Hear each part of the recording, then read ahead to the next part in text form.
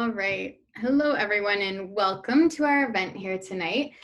First, just going to ask that everyone keeps their video off and their audio muted, just for a better connection for all of us here. And we can turn it back on at the end for a question and answer, as well as use the chat box. So I'd first like to thank Jenny for joining us here as part of our 2Rivers Festival that celebrates and appreciates the Speed and Eramosa River. Thank you so much, Jenny, for joining us and sharing your passion with the outdoors and rivers with us and for all of you attending. Our festival is run and organized by volunteers and involves many community organizations. We'd ask that you extend your support to these organizations that are doing such great work in our community. I'd also like to thank our event sponsors and advertisers, including the Guelph Outdoor School, who is generously making this event possible. You can see all of those advertisers in our website or in our booklets, which have been mailed out this year. All of our 40 events have been turned into, now have a digital format. So I invite you to check our website and RSVP for anything that is of interest to you, even if you can't make it, because we'll be sending the recording to those who RSVP'd. This festival is a project of the Wellington Water Watchers. It is our deep hope that you fall in love with our rivers and want to protect them further. As I mentioned before, we will be recording this, so if you are uncomfortable with your face being in that recording, I recommend just keeping your video off, which we'll do anyway for the remaining, for most of this session. So with that, I'm going to turn it to Jenny. We will have a question period at the end, so I'll ask that you hold all your questions till then. We'll use the chat box or open up live question and answer. All right, Jenny, over to you. Great, perfect, thank you. Well, big thanks to the 2Rivers Festival for having the Arboretum be a part of this event. We always enjoy it every year. My name's Jenny, and I'm one of the naturalist interns at the Arboretum, along with Kitty. And for today's Creature of Arboretum Creek event, because of connectivity issues at the Arboretum with the Wi-Fi, we decided to pre-film a little video about the creek. So we'll spend a little bit of time. I'll share my screen so we can watch the video together, and I'll stick around afterwards and we can have some time to ask questions and talk about kind of what's going on in the creek and stuff, which will be lots of fun. So definitely, if you guys have any questions during the video at all, feel free to hang on to them and we can get to them afterwards. Hi everybody, my name is Kitty, and behind the camera there, that's Jenny. Hello. And we are the naturalist interns here at the University of Guelph Arboretum, and we are participating as a part of the 2Rivers Festival this year. We're here to show you some creatures of the Arboretum Creek. Now, if you've never been to the Arboretum before, or you're not sure what an Arboretum is, I like to describe it as kind of like a museum for trees. So here in our wonderful space, we have things like manicured gardens, we have things like natural habitats, old growth forests, even a nature reserve. But essentially what this place is kind of like a museum for trees. So we have trees from all over, some that are native to Ontario, and some that are from all the way across the world as well. And we have some trees that are native and common, and also some really, really rare things too. So at this space, lots and lots of good things happen. It is a lovely public space for people to enjoy nature. We also do a lot of educational programming here. So we run usually lots of programming for students and adults that visit here, and workshops as well. And we also do a lot of research and conservation efforts. For example, we have a gene bank for rare woody plants found here in Ontario, and we do lots of research in conjunction with the University of Guelph as well, pertaining to lots of natural subjects. So we're really, really all over the place, but at its heart, we are all about trees. We love trees, and we have lots of different habitats here where trees and other plants can grow. And that attracts a lot of other animals as well. And behind me here, we have the Arboretum Creek.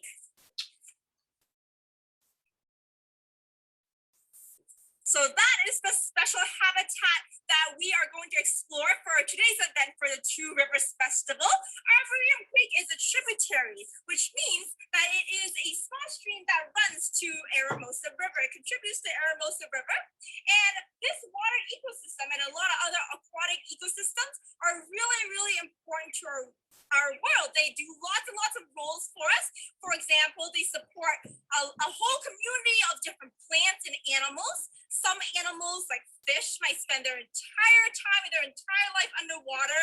Some animals, like maybe insects, will only spend a part of their life underwater and then part of their life out on land. Some animals maybe will come in and out of the water, or some animals just come to a creek like this or aquatic ecosystem like this just to have a little drink or a little bath. And not only that, but a creek like this is really, really important for transporting things like maybe minerals and nutrients, as those things get eroded from the soil, gets carried down further downstream to another habitat.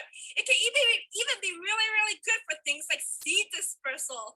For example, the Ohio Buckeye, it is a tree that's native to Ontario, and it's also an at-risk species. We have one growing the Arboretum just over there, and these guys, they produce big round fruits, and they look kind of funny looking. But as any plants, they want their fruits to be dispersed far away from the parent plants. So that gives the seeds inside the best chance at growing in a hospitable environment, and also to help disperse the genetics from the parent plants. Now, for the Ohio Buckeye, their fruits, it's not exactly light, so wind can't blow it far distances, and it's not very appetizing for animals, so we don't get stung.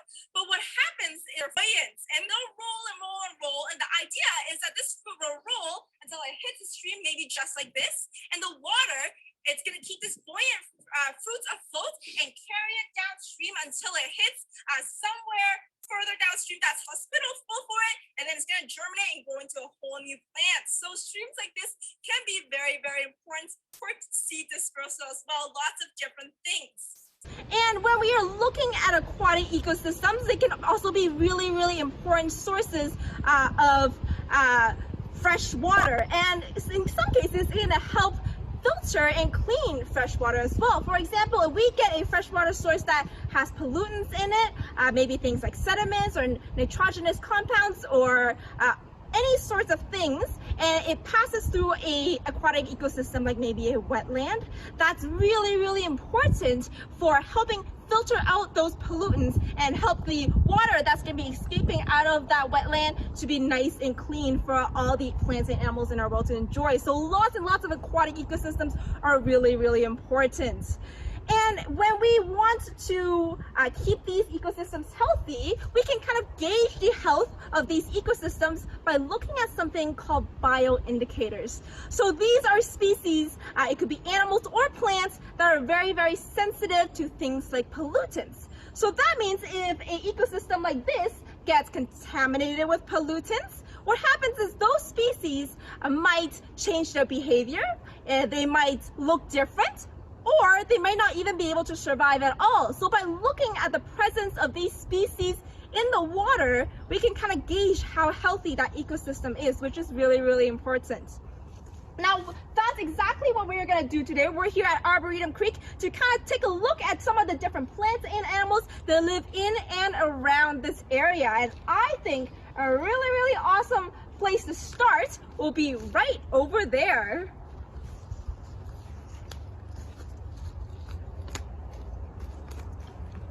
So, this big tree here is called bald cypress. Now, bald cypress is not a native tree to Ontario. They live further down into the US, but we have planted one here for people to enjoy. And this is a really, really cool tree because it's what we call a deciduous conifer. So when we think of a coniferous tree, we are talking about trees that produce cones. The ones that most people will be familiar with would be things like pine trees or spruce trees because they produce cones.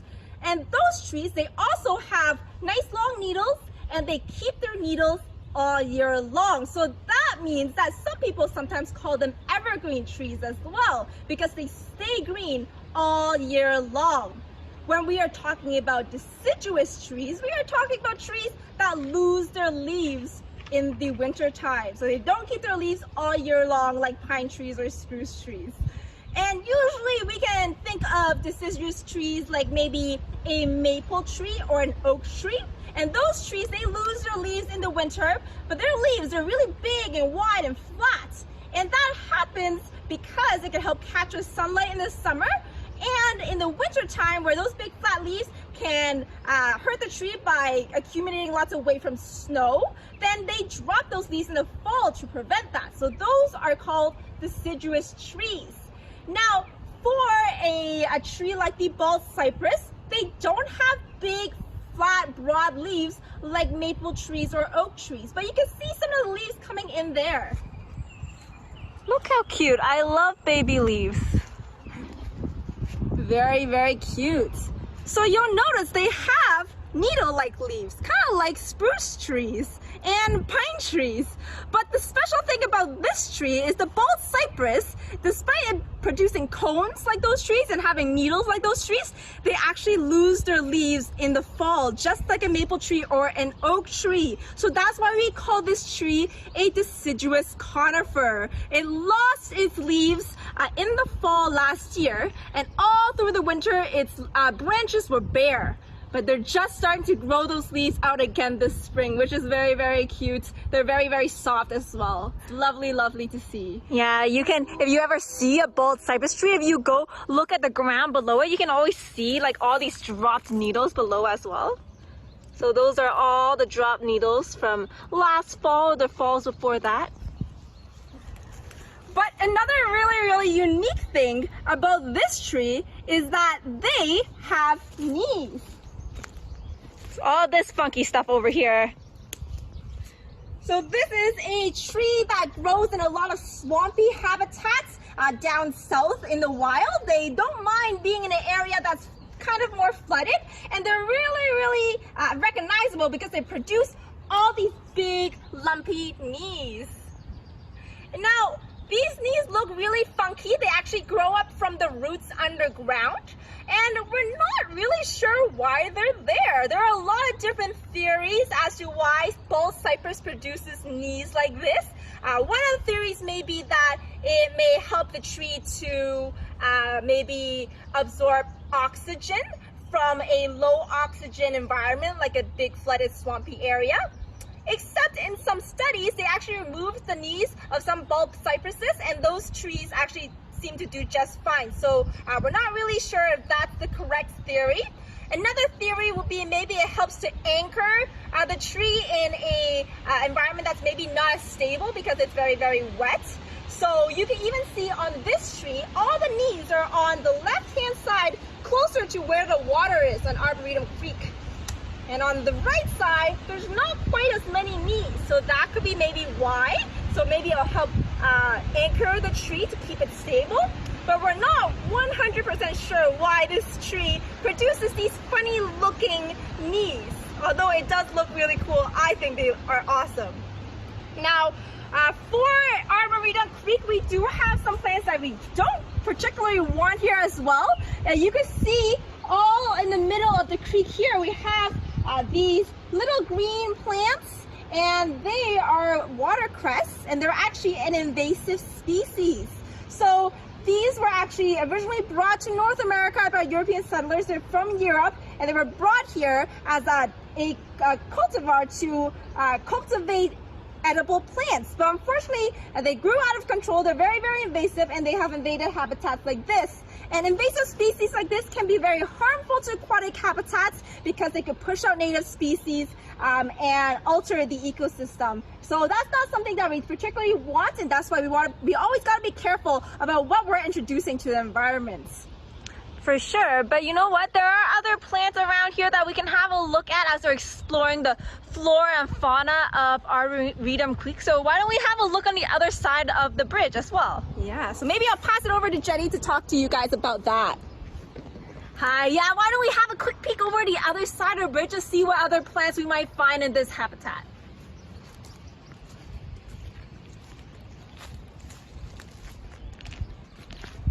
And you might be able to hear some birds singing in the background. It's a lovely day today. Birds love water, just to have a drink or maybe a bath. And it's also full of food for them. So you usually get lots of animals hanging around water systems like this. But this is another plant that you may find around a lot of creeks and stuff. So this plant right here is red osier dogwood. And you can usually tell a dogwood is a dogwood because it has very distinctive leaves. If you have a close look at the leaves here, you can see it's kind of has all these veins that point towards the tip instead of veins that go out towards the outer edge. And most dogwoods, except for alternate leaf dogwood, has opposite leaves. So you can see the branches and the leaves are opposite to each other on the stem or the branch instead of being alternate where you have one here and another one a little further up and another one a little further up. They're always opposite to each other, and that's pretty indicative of a dogwood. And you can see somebody has been munching on the leaves as well. Having lots of native plants around our aquatic ecosystem means it attracts a lot of native animals as well that want to find some food. So that's kind of cool. Yeah. And there's of course a lot of different species of dogwoods that you'll find around. Red osier dogwood is one of the more common species. They're named red osier dogwood because they have these nice lovely red branches. So they're very pretty plant in the winter, but they're also very tolerant of flooding in very wet environments. So that's why it tends to do very well, you know, adjacent to a stream or a creek or in kind of really wet soil areas. So that's red osier dogwood here. We also have another plant right over here, so let's see if we can get to this one. My balance is so good today. Didn't even fall once. We're gonna stay on this side of the stream in case I fall though. That's fair. So this plant right here is marsh marigold. And we can't see them anymore, it's not here anymore, but earlier in the year, these guys had bright yellow flowers. They look almost a little bit like a big buttercup. There's nice sunny flowers. And we have a big old butterfly right over here. I don't know if you can see, it just landed. This is a morning coat butterfly. Awesome. One of the earliest butterflies we're gonna see in the summer here in Ontario. They actually overwinter as adults, so they're one of the first ones to come out in the springtime. Yeah, it's true. A lot of different butterflies. Well, you know, monarchs are very famous for being a migratory species. Some other species overwinter as either eggs or maybe as pupas. So then in the spring, they have to take the time to emerge or grow into adults. But because mourning cloaks overwinter as adults, they go into a dormant state, usually under things like maybe a bark or somewhere where it's nice and sheltered. They start flying right away, which is pretty awesome. And they're called a mourning cloak because they have that kind of nice black coloring with the white fringe around the edge. So they look like they're in mourning, like they're maybe sad or something. So that's why they're called the mourning cloak butterfly, which is kind of neat, a nice little neat visitor. Yeah, very fun find, a little break from our marsh marigold. Yeah, for sure, but the marsh marigold, we can't forget about the marsh marigold. These guys have a really bright yellow flower earlier on in the spring, and they're a really, really pretty plant to have around. So definitely something to look for in nice wetlands. In fact, their scientific name is Caltha palustris, and the genus Caltha actually is a reference to a Greek word meaning goblet for the shape of their flowers. It's shaped like a nice golden chalice or goblet. But the trick is marsh marigold is a native wildflower, but it can look very similar to another plant, another flower called lesser celandine, which is not a native species. That's actually an invasive species. So they can look very similar. They both have these kind of kidney-shaped leaves, and they both have these bright yellow flowers. But there are some tricks to kind of tell them apart. If you get them in the flowering season when the flowers are still out, marsh marigold, their petals, I say petals kind of jokingly because they don't have true petals, they're actually sepals, which are normally the green parts of the flower that enclose the petals in other flowers. But marsh marigold has sepals that are yellow and really round, so those are what look like the petals in the flower to us. Whereas lesser celandine, they have true petals that are a little bit longer, less round than marsh marigold, and I do have sepals underneath. So if you look underneath and there's green sepals, then that's a lesser celandine. Marsh marigold also tend to have less petals than lesser celandine, and with lesser celandine, they have nodes on this stem. So if you see that on the stem, then that's lesser celandine and not marsh marigold. So this is marsh marigold here, which is a native plant, and we do want it around. Now, of course, we could talk all day about the plants that this habitat supports. You can probably see there's lots of that around, but definitely in a habitat like this, there's lots of animals around too, so we definitely want to spend some time on that as well. And you know, when you look in the water, it's a pretty small creek, so maybe at first you don't see very much, especially later in the summer where the water level might be a little low. At first glance, it looks pretty empty. But what we're gonna do today is we're gonna do a little bit of a pond study, and I'll show you guys just how to do that, and you'll see that there's actually a ton of life in these waters. So let me make my way back over to your side. We'll see if she makes it without falling. Made it! Perfect. Very impressed with myself today. But you don't need much to do a pond study. What we're gonna do is we're gonna use a basin. So any kind of container that holds water works. We like using actually a white bin because it has a nice background to view things on. It's a little easier to pick out things against a white background. So we always tend to use a bit of a white bin, and we always tend to use a little net. So just for dipping into the undergrowth and all the muck in the water where all those little critters are hiding. So step one of a pond study, you're gonna take your bin and you're gonna fill it with a little bit of water.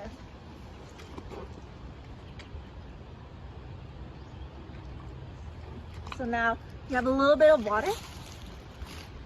What we're gonna do next is we're gonna take our net and we're gonna kind of sweep it through the muck or undergrowth in the creek or whatever body of water that you're using. That's where all the animals tend to be hiding.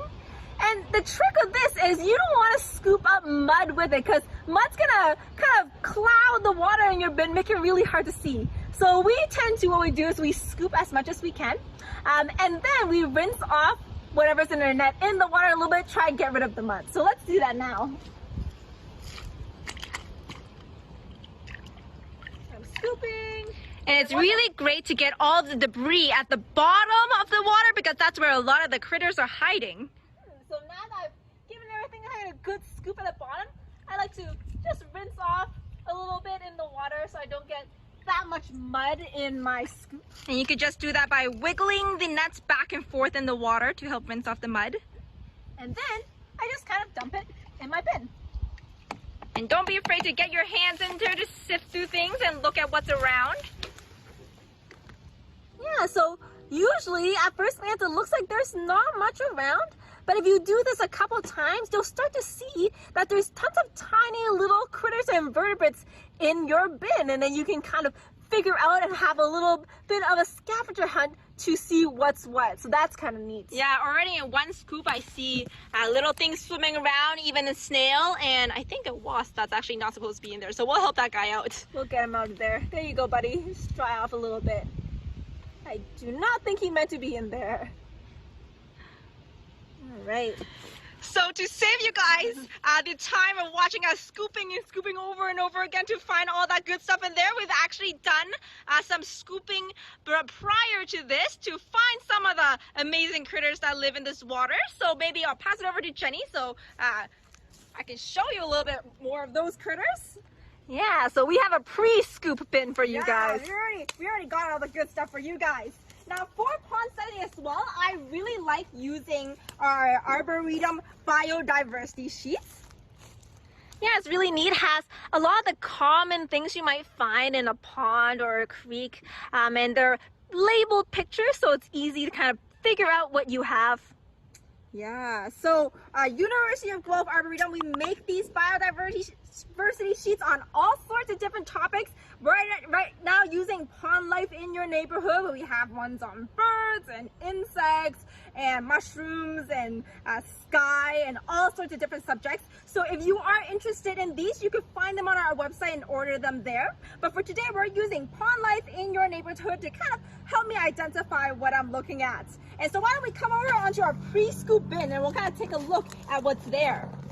All right, let's see. What do we have here? So at first glance, it doesn't look like there's a whole lot of stuff going on, but I promise there's lots and lots of tiny little critters hanging around here. Let's see if we could try and track some of those down. I think one of the big showpieces of this bin is this guy right here. Snails, they're always so popular. Yeah, whenever we do pond studies with little kids, they are so excited about snails, and I think for good reason. Snails are really, really cool animals. I think a little bit underappreciated. But we got a whole bunch of different snails in this bin, and that one is the biggest one. Now, if you take a look at the snail, you can see that it has a shell on top and kind of a fleshy part underneath. In fact, this snail's body is made up of two parts. The first part is called a mantle, so that's the part outside of the body, or sorry, that's the part inside of the shell, and that's what creates the shell. And the second part is called a foot, and that's the part of the snail's body that's outside of the shell. So that's what you're seeing there, crawling around. So that's the foot.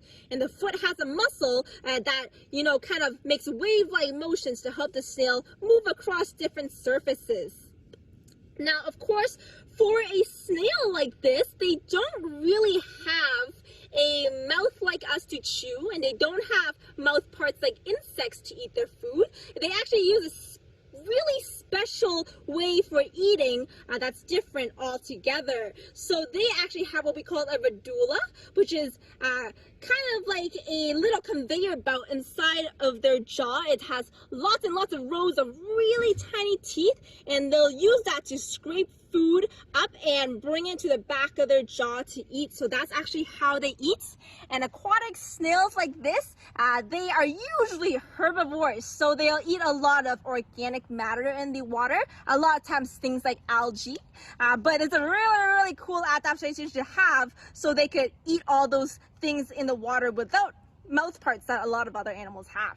And of course, you can see on our biodiversity sheet, let me find a snail here for you guys. Yeah, so little aquatic snail, of course, we could use that sheet to help identify if I didn't know what I was looking at there. And you see it's got a nice spirally shell. I think that's my favorite shape for a snail shell, is that big tight spiral to a point there. Pretty dapper. It's a pretty dapper guy. And we have lots of little ones and that big one as well. Little ones, tiny snails. But of course, that snail shell is very important for protection. If that snail feels like a predator is coming to get it, and of course lots of different things will eat snails, like maybe even birds or sometimes fish. But if that snail feels threatened, it's going to pull the body, the squishy, soft, vulnerable body inside of its shell so that it could be a little bit safer. Now, what other things do we have crawling around here? We also have this guy. Oh, and this guy. There's a mosquito that's not quite in the water. Do you see the mosquito there on the side of the bin? Hi, buddy. Yeah, and inside the water, it's kind of hard to see because the mosquito larvae are really small, but there's lots and lots of mosquito larvae along with that adult mosquito in the water. And you can even find the mosquito larvae on the sheet as well. Yeah, let's have a quick peruse of the sheet. Yeah, so where is my mosquito larva? Is it on the... Here he is. Oh, They're there it funky is. looking. Yeah, so they're a tiny little worm-like animal when they're larvae. So when they're in their kind of baby stage before they grow up to the adult mosquitoes that we are used to seeing flying around. And they actually stay in the water. They have gills to breathe, and they actually are filter feeders. So they'll hang out usually in the surface of the water and filter feed all sorts of organic matter through the water. And if something disturbs the water, they feel threatened, they're gonna wiggle away. So a lot of times when you see them in the water, when we're doing these pond studies, they're really wiggly in the water. Now, of course, when we are thinking about mosquitoes, most people are not a huge fan. They don't really like having mosquitoes around. But they're a really important part of our ecosystem. If we got rid of all mosquitoes, we will be in a lot of trouble. For example, in the water, they help clean the water. There's usually tons of mosquito larvae in the water, and that helps filter feed in the water and help clean the water a little bit. And they're also a really important food source for lots of things like insects and maybe things like fish, and lots of things eat them. And even more things eat them outside of the water. So when they are growing in the water as larvae, they get big enough to a point where they can come out of the water and molt into adult mosquitoes, and they're gonna fly around. And of course, some species can bite us to drink the blood, but only the females, and that's because they need that kind of protein to help produce eggs and young. But the males, they actually don't feed on blood at all. They actually are pollinators, so they feed on pollen and they help pollinate a lot of plants, so they're really important in that regard. But mosquitoes are a huge food source for a lot of animals, especially birds and dragonflies and all sorts of things like that. So we got rid of all the mosquitoes altogether, we'd be in a huge amount of trouble. So mosquitoes are actually really important in our ecosystem, and I'm quite happy to see them in the water as well, because that means that all the other critters in there have a lot of food to eat. So that's really awesome. Now, what else can we see in here? Oh, we got this big guy running around too. Look at that. Can you run? Can you give us a little show? There you go. Whoop. He's like, hi. So let's take a look at our sheet and figure out what he is. I think he looks a little bit like this guy. That's a pretty good match. Yeah, so he is an isopod, and at first glance, he looks a lot like an insect, but he's actually not an insect. So insects can be differentiated from other animals because a lot of them, they have at some point in their life 6 legs. So 3 pairs of 2 legs, as for a total of 6 legs. And if we were to count this little guy, he actually has 5 pairs of 2 legs, giving him a total of 10 legs. So that automatically means he's out of the running for being an insect. He is not an insect. In fact, isopods are a crustacean. They're more closely related to lobsters and crabs than they are to insects. That means this guy you can kind of think of as maybe like your little backyard lobster, which is kind of cute. I like them a lot. Yeah, and you know, he is an aquatic species, so he lives in water, but if you've ever dug around or flipped logs in the forest as a child, you'll probably find that you've seen very similar looking insects, or not insects, crustaceans as well. For example, things that we usually call potato bugs, or I've always called them potato bugs growing up. You can often find them in moist, damp earth under a log or something, and that's more of a terrestrial species, but closely related. All right, so I'm gonna bring my next guest out for you guys. We did catch him a little bit earlier, but take a look at this handsome guy. Oh, sorry, buddy. We're gonna release you in a second. We just want to take a good look. Yeah, he's been sitting somewhere, like we might as well show you guys and let him go as soon as possible. And he's a very handsome fellow, but we can again take a look at our sheets and try and figure out what he is. So he is a type of frog, and we actually identified him as a green frog. So you'll notice he's not quite as green as the picture in our biodiversity sheet there. They do tend to be kind of variable, but you can recognize them as a green frog by his nice green upper lip here.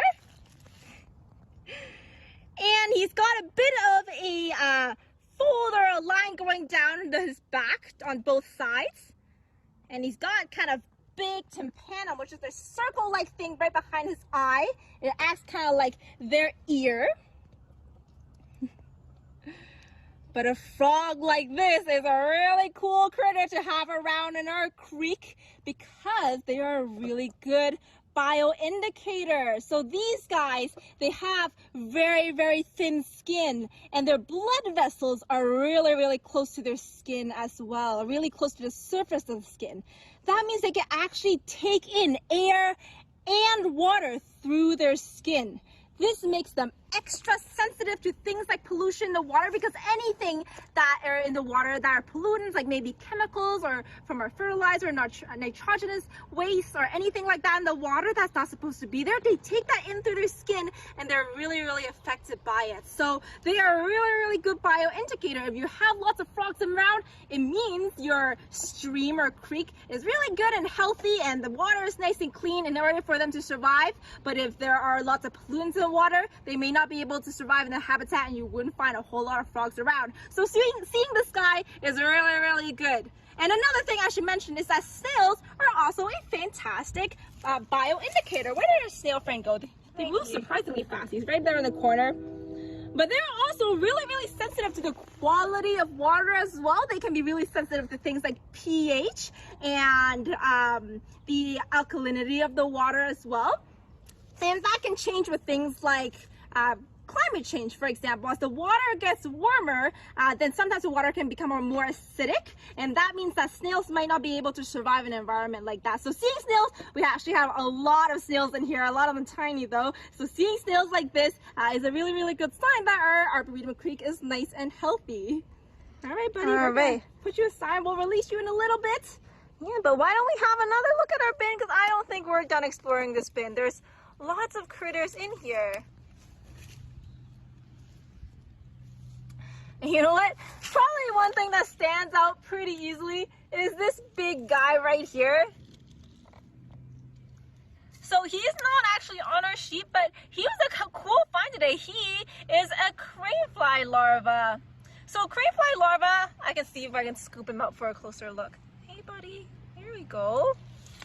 There you go. Fly Larva also kind of always look like these big grub-like things. I mean, they live in all sorts of different habitats. You know, you get some species which are aquatic, so like this one is, we found in Marina Creek, but some species may live on a more terrestrial habitat, like in the soil or things like that. But you can usually distinguish Fly larvae because they have these big kind of grub-like bodies. They tend to be a little bit more on the translucent side, so if you have a close look at him, you can almost see kind of his gut on the inside, all those kind of darker lines in his body. His head, if you guys can see, this end right here, it's also partially retracted into his thorax. So he can kind of pull that further into his thorax instead of just having it stick out. Oh, and he's got big old jaws. Yep. So these guys have nice big jaws on them, and they eat a variety of things depending on the species. You have some species that are more detritivores, so they may eat decaying debris. You have some that are more predaceous, so they may eat other insects or invertebrates in the water. And you have some that are kind of more herbivorous. They'll chew away at the roots and plants that you see growing around. And they also tend to have what we call, I like to call it a breathing butt. So they have kind of structures to breathe out of the end of their abdomen, and they tend to have kind of little fringe structures at the end of that too. So he's a bit of a funny looking guy, and he doesn't look like this his whole life. As an adult, these guys become crane flies, so we said that a little earlier, being the larvae of a crane fly. So they go through a couple instars. What an instar is the larvae molts into a bigger version of its larval self. And after its fourth instar, it crawls out into the mud, it buries itself, and it pupates.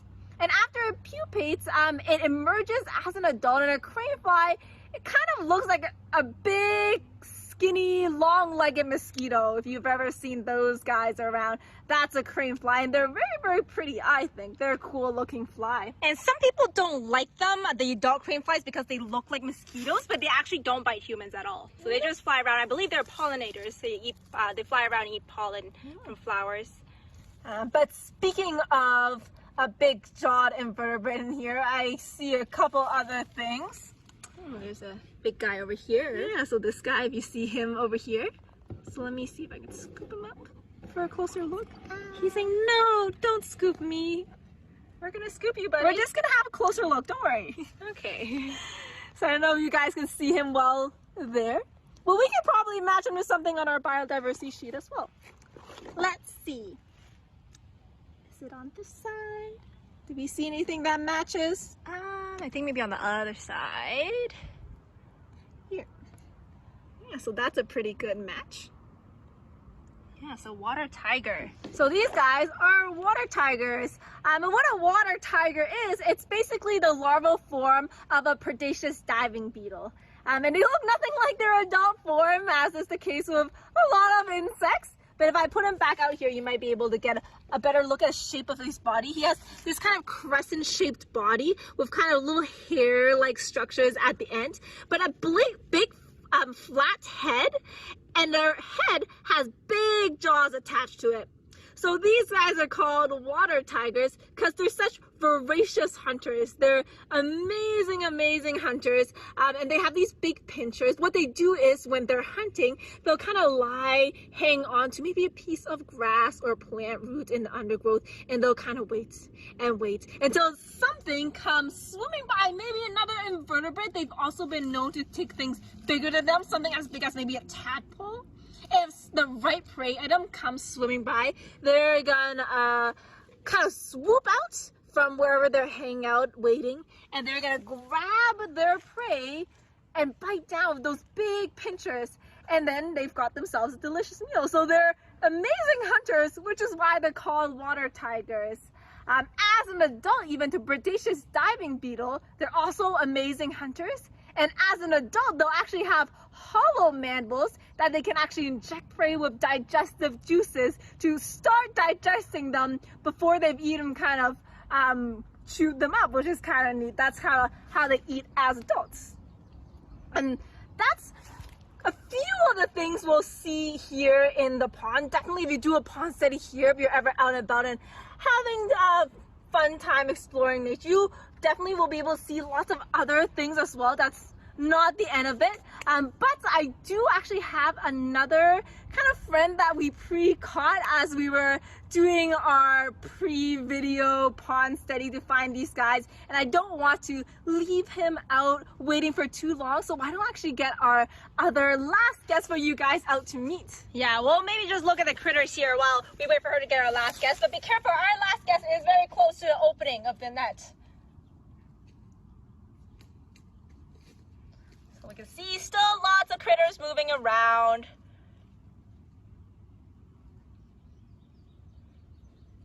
The crane fly larvae still hanging out. Lots and lots of different things. And the creek looks pretty lovely today too. Tricky. I think our last guest may have escaped. Oh, that is very tricky. Okay. Just kidding, guys. Our last guest has escaped, but he was a dragonfly, which you'll definitely see around if you're out in a wet habitat like this. They always are kind of nice and kind of fast and big and zooming around, so usually love big wet spaces, not only because there's lots of bugs hanging around wet spaces for them to eat, but because dragonflies, they actually, as a larva, live in the water. So the larval form of a dragonfly is what we call a dragonfly nymph. And they're kind of funny looking. They have these kind of stout bodies with big legs. We can actually probably show you a picture since we don't have the real thing with us today. But they look like this. So this weird little alien, and they underwater are amazing hunters as well. You know, we always think of dragonflies above land as being these amazing hunters, these insect hunters of the sky, but underwater, the nymphs are amazing as well. So they, as a nymph, have this big lower jaw, it's called a labium, and when they're catching things, what they do is they pump this jaw full of water, and then all the hydrostatic pressure pushes that jaw out, and they can grab something and pull it back in. And certain species of dragonfly nymphs, big ones like the darners, they actually have pinchers at the end of the labium, and they're known to eat things as big as vertebrates, so things like tadpoles or small fish they've been known to catch, which is pretty incredible.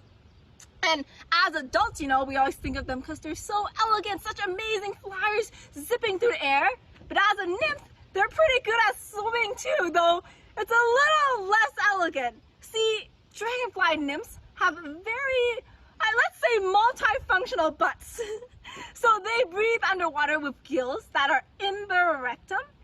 And when they want to move around, what they can do is instead of crawling around on their legs all the time, they can actually jet water out from their butt and scoot themselves along underwater. So that's pretty incredible. So they're this funky insect underwater, and they'll kind of crawl around and eat and get bigger and bigger.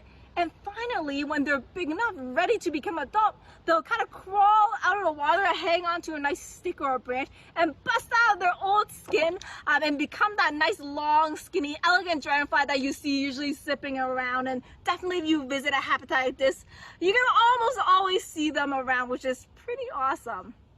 Now, obviously, there's lots of different critters and plants that are so dependent on an ecosystem, on a water system just like this. And what we have to keep in mind is we can actually really affect an ecosystem like this too. There's a lot of different ways that humans affect water systems. You know, one can be things like littering.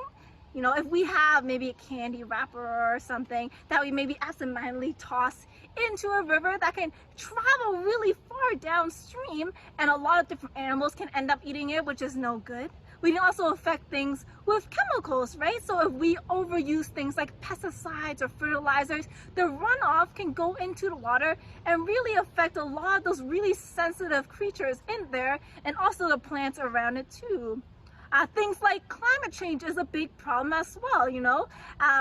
Obviously, it's a very multifaceted, big concern, but as the climate changes, you know, it changes the water systems as well. A lot of water systems get more acidic, or as they heat up, that's less hospitable for a lot of species, and that's no good too.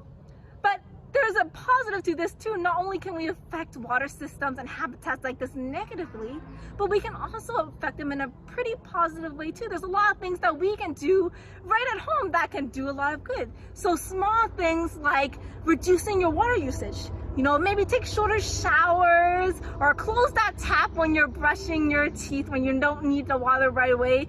That can help the water systems. Making sure that you don't overuse pesticides or fertilizers, reduce chemical runoff into waters. That can help the water system. Don't litter, something as easy as keeping your garbage with you until you can dispose of it properly. That's so important, can help so many different animals. And obviously, actually, one of the biggest things that we can do to help nature, and not only water systems, but all sorts of habitats, is what you guys are doing right now. You know, sitting down, learning more about them, getting excited about things we have around us.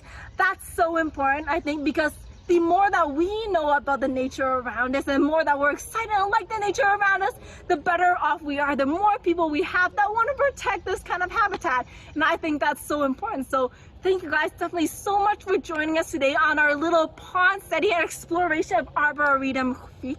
And definitely if you have any questions for us, we'll be sticking around after this video to answer them.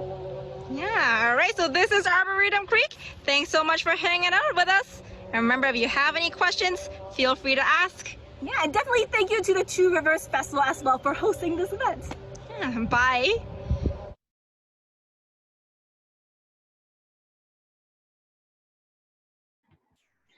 All right, that was fantastic. Thank you so much to the Arboretum Naturalist for filming that amazing video for us. I'm gonna just invite everyone to turn their video back on, and if you have a question, you can either drop it in the chat box, or you can unmute yourself and feel free, go ahead and ask it.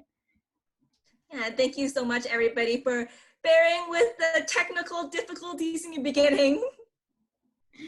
Yes, it seems to be the way of the times. There's always going to be something. So I'll just give it a few moments here for questions. If anyone has any questions. I see one in the chat here. So here's a question. Is there one, like the real walks that we did last year, like the Wednesday walks? I can't find them after the nest one. So thank you for that question. I think not hugging each other until there's a vaccine. Maybe, but oh, sorry. Go ahead, Jenny. no worries. Yeah, so for people who haven't checked them out, we are replacing our normal in-person Wednesday noon hour walks this summer with video walks that are around 10 to 15 minutes long. Each Wednesday they go up, and they are posted every Wednesday on our social medias. If you follow us on Instagram, Twitter, and on Facebook. But if you want to go back and watch any previous videos, they're actually all available on our YouTube channel. So if you go to YouTube and you search up the University of Guelph Arboretum account, there's tons of videos and resources on there, but specifically there's a playlist called Come Walk With Us, where Kitty and we make these short little videos each week with different topics. So if you're looking for the other topics related to that, other than the ones after the nest one, they'll all be there. And there's videos from our interpretive naturalist, Chris Zierli, as well as our summer naturalist has been producing videos. So lots of good stuff to check out there. Thanks for the question. Here's another one. Is the Arboretum open for walkers? Yeah, for sure. We're actually so thankful that we can still stay open. Unfortunately, following city guidelines, our parking lots are no longer open. We're trying to get them open as soon as we can. We'll let everybody know when that's possible, but for now they are closed.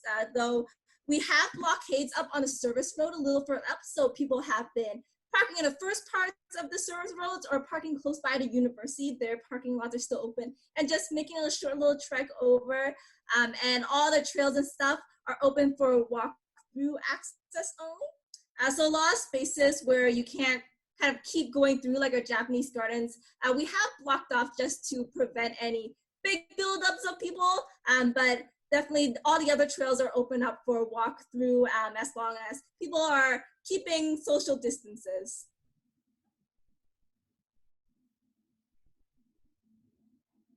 Another question about the videos. So I didn't see the videos on the Arboretum website. Do I have to go to YouTube? Yeah, so YouTube is kind of where we have them all together, but you can find other videos on our social media if you rather access them through the website. In the corner of our website, we do have our Twitter feed down there. So if you scroll through the post, we post links to the videos through that as well. Excellent, that's great. Hopefully that's some fun activities to get us all outside and active. And if you are heading out to the Arboretum and you participate in some of these events, we encourage you to take photos and tag at 2Rivers Festival and share your experience. It's definitely a different festival this year, but we're happy to be here with you all and to still be talking about our lovely rivers in Guelph. So thank you very much, Jenny, and to the Arboretum, all of the Arboretum staff for your participation in this. And with that, I will say have a great night, and we'll hope to see you at our next event. Bye. Good night, everybody.